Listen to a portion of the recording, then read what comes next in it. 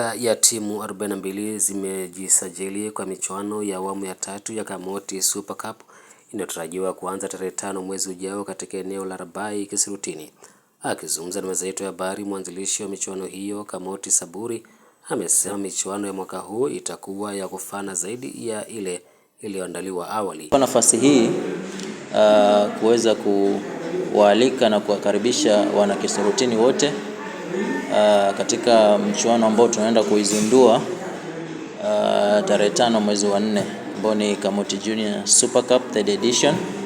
Mipango kabambe ambao tumeipanga na tumehusisha washikadau wote wa soka toka pale Kisurutini county level hata national level pia tumeweza kuhusisha. Kwa hivyo vijana, wazee, hata wakina mama tunawakaribisha pale waweze kukaribia kuweza kuona vipaji ambavyo viko pale Kisurutini.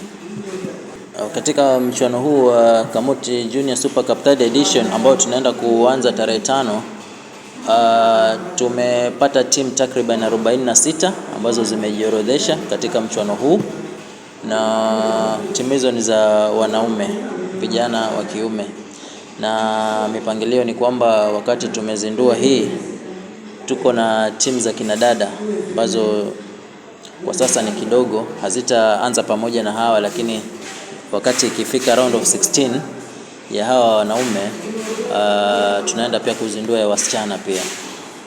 Kamoti aidha amesema waandalizi wa michuano hiyo wameweka mkakati ya kutosha kuhakikisha kwamba wanaopata nafasi ya kusajiliwa katika timu kubwa nchini wanasalia na kuendeleza taaluma zao badala ya kurudi mashinani kama ilivyoshuhudiwa awali. Swala la kuwatoa nje vijana tumejipanga vizuri, kwa sababu hiyo changamoto ya kwamba vijana huchukuliwa na ndani ya wiki moja mbili bado tunawaona kule mitaani. Tumeweza kushirikiana na baadhi ya washikadau wa soka ambao bado tuko na hiyo mipangilio, na niwaahidi tu kwamba kutakuwa na scouting pale, na katika ile scouting wale ambao watakuwa wamekuwa selected na ile team kuna mipangilio mizuri, na tutahakikisha kwamba tunawasukuma na kuwasaidia waweze kufikia malengo yao, kwamba tutawachanganya na zile timu ambazo zinacheza katika ligi kubwa, na sisi kama team, that is Kamoti Junior plus the committee, tuko na mipango ya kwamba wanaposelektiwa hawatarudi pale mtaani, bali tutawasukuma na tuhakikishe wamefikia malengo yao.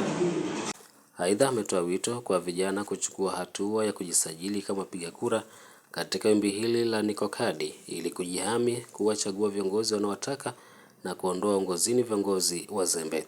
Nichukue nafasi hii pia kuwahimiza vijana wote pale Kisurutini, kwa wale ambao hawajaweza kuchukua kadi za kura, niwahimize kwamba waweze kuchukua kadi za kura.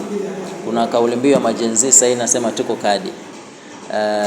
Nataka niwaambie kwamba vijana wote waweze kujitokeza, waweze kuchukua kura, kwa sababu ile kadi ya kura ndio silaha yetu kwa sasa, hususan katika uchaguzi ambao unakuja wa 2027. Tusiwe vijana wa kwamba tunalalamika kwamba kiongozi fulani hafanyi hili na hafanyi lile, ama tunamtaka kiongozi fulani, na wakati kama tutakuwa hatuna kadi za kura itakuwa ile haisaidii. So tujitokeze, vijana wajitokeze waweze kuchukua kadi za kura ili tukaweze kuwa na sauti come 2027. Baadhi ya zawadi zinazotarajiwa kwa washindi ni pamoja na kikombe, jezi za mipira na vifaa vingine vya mazoezi. Katika michuano hii tumejipanga vizuri. Kutakuwa na utofauti. Niwaahidi tu wana Kisurutini kwamba kutakuwa na utofauti mkubwa wa makala ya kwanza na ya pili.